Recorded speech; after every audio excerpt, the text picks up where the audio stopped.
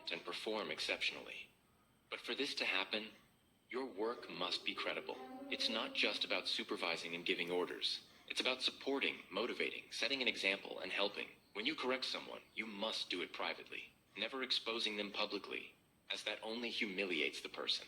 On the other hand, when it's time to congratulate someone, do it in public. Let everyone know they did a great job. This will motivate your team and create a personal commitment between you and each of them. Avoid yelling. You're not Gordon Ramsay. Be smarter and learn to channel your emotions. This is called emotional intelligence. The ability to control yourself is part of being a good chef, a leader. Otherwise, yelling will only expose your insecurity, frustration, and lack of professionalism. Respect others and treat them the way you'd like to be treated.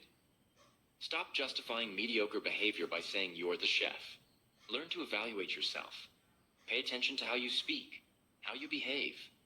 Analyze yourself and make changes to correct those small mistakes. Strive to be a better version of yourself. Leadership in a chef means influencing, motivating, and inspiring your cooks. And remember, to be a good leader, you must first be a good person. And on top of that, accepting salaries that rarely reflect the effort we put in. It's a madness only we can understand.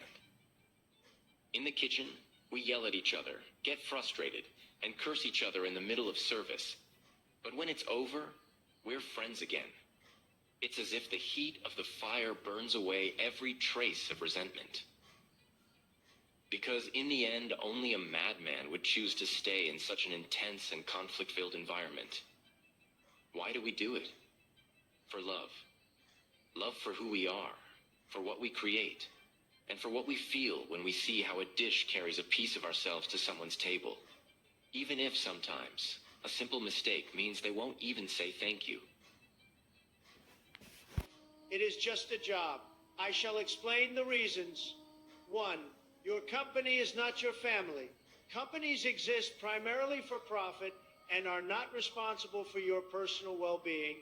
No matter how much they promote a family culture, their focus is business. 2. Your colleagues are not your friends. Keep in mind that people have their own interests and motivations. Don't expect everyone to act in your best interest. 3. You are replaceable. If something bad happens to you, your company will find a replacement without hesitation. And your family will be busy making arrangements for food or drink.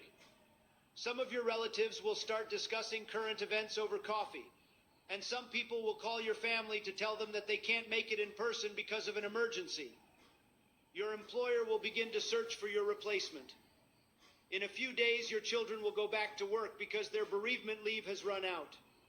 In a month, your spouse will be watching a comedy on TV and start to laugh. You'll be forgotten at an astonishing pace. If people will forget you so easily, then who are you living your life for? You spent your whole life worrying about what people will think about you. And the sad truth is they don't. So live your life for you. Remember, life is too short to be lived for others' approval. Embrace your true self and make your own happiness a priority.